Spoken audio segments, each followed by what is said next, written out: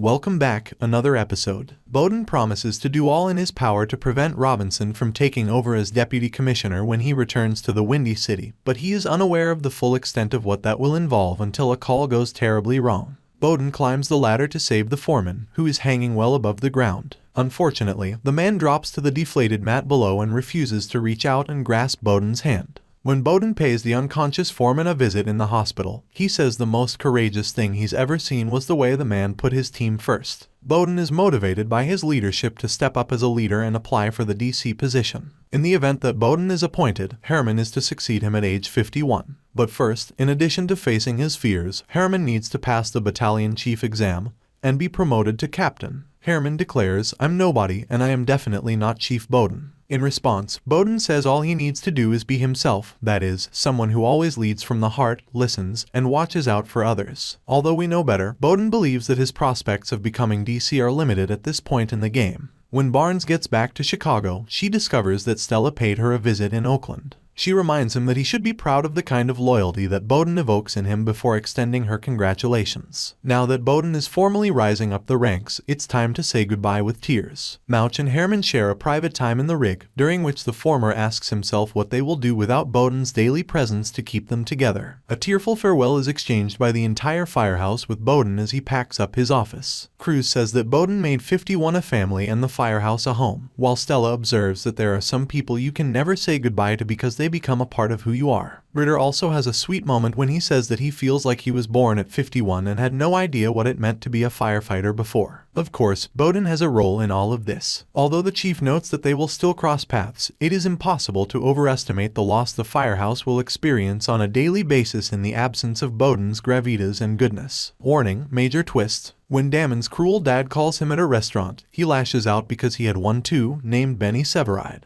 Indeed, Damon is the half-brother of Severide. Other bombshells about Severide include his desire to start a family. Although Severide understands that Stella has to make a more significant choice, he has given it a lot of thought. Stella doesn't appear very excited about the prospect. Maybe she's been taken by surprise. During that phone call at the restaurant, Carver also reacted strongly, accusing the father and his son of mistreating the younger sibling. Carver violently assaults the father when he tries to beat Stella, and Damon goes after the older brother, inadvertently striking Novik in the head in the process. Violet is completely wrong when she believes that Carver's actions were motivated by his unrequited love for Stella. Carver responds that Violet can't let go of Hawkins, which is why she keeps pushing him away. He wades away, saying, "You know I'm not in love with Kid, because I'm stupid enough to have fallen in love with you." Violet understands how much of a jerk Stella was after she unintentionally reveals the details of Carver's terrible past with his brother. Carver is currently on another furlough and does not return her calls. Mouch declares that he will be sitting for the lieutenant test. For more videos, subscribe.